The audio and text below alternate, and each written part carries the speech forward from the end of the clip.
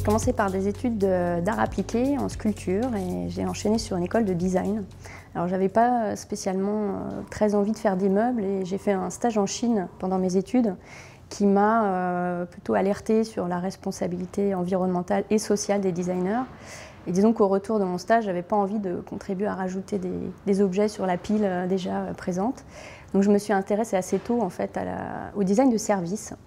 Et après, c'est à travers un concours sur la maladie d'Alzheimer que j'ai rencontré le sujet de la santé. Et voilà, depuis, ça ne m'a pas quittée.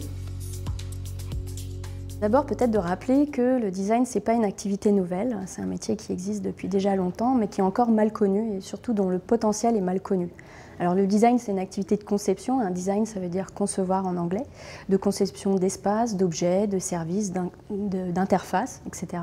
en réponse à un cahier des charges. Il n'y a pas une seule manière d'être designer, donc le point commun quand même entre les pratiques, c'est de répondre à des besoins et à des usages identifiés, mais aussi de pouvoir transcender ces besoins et ces usages par une esthétique, par une approche particulière et par la création d'une expérience qui se veut différenciante. Alors pour moi, il n'y a pas vraiment d'intérêt à produire ces objets en tant que tels, hein, c'est plutôt ce qui génère.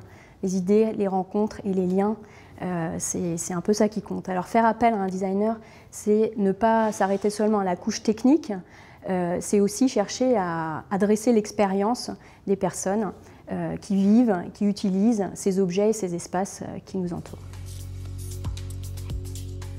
Il apporte une nouvelle approche donc, de conception qui est non thérapeutique, mais par contre qui est très ouverte, très participative et qui est basée sur l'expérience des personnes.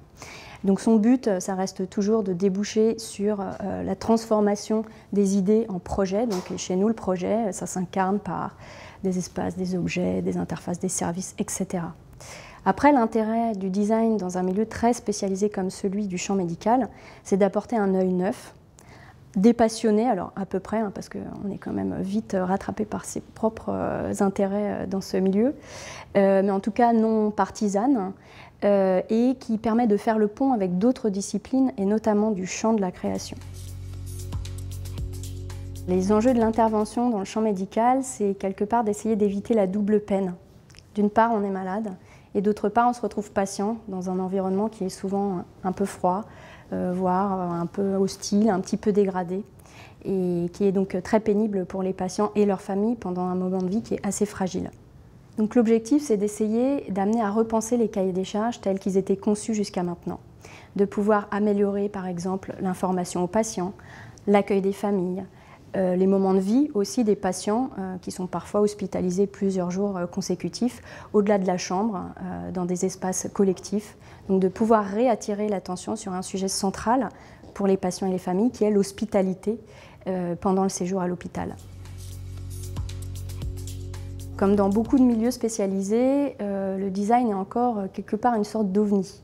Et comme la compréhension de ce qu'est le design n'est pas encore toujours parfaite. Souvent, le design, c'est vrai que c'est compris comme une discipline qui relève de l'univers du luxe, du confort, dans un environnement dont ça n'est pas l'objet et qui peut éventuellement même être un peu paupérisé, comme l'hôpital. Donc pour autant, les choses changent, les pratiques de design organisationnel à l'échelle systémique se répandent. Et quelque part, c'est aussi la condition de survie à l'hôpital que de travailler sur les pratiques et sur les organisations. Parce que si on s'en tient à faire du décor intérieur, on sera toujours marginalisé, on sera toujours vécu comme la cinquième roue du carrosse et sur un sujet qui n'est de toute façon pas stratégique. Et pour finir, de dire que c'est aussi une discipline qui peut se mettre au service des professionnels parce que d'améliorer l'environnement pour les patients et les familles, c'est une chose, mais ça a bien entendu un impact par transparence sur le travail des professionnels, donc d'améliorer leur outil de travail, de réduire les tensions pour qu'ils puissent se concentrer sur leur fonction de soins et de pouvoir accompagner leurs projets, parce que c'est bien là l'objet du design, de pouvoir aussi soutenir les projets portés par des professionnels, par les patients et les familles.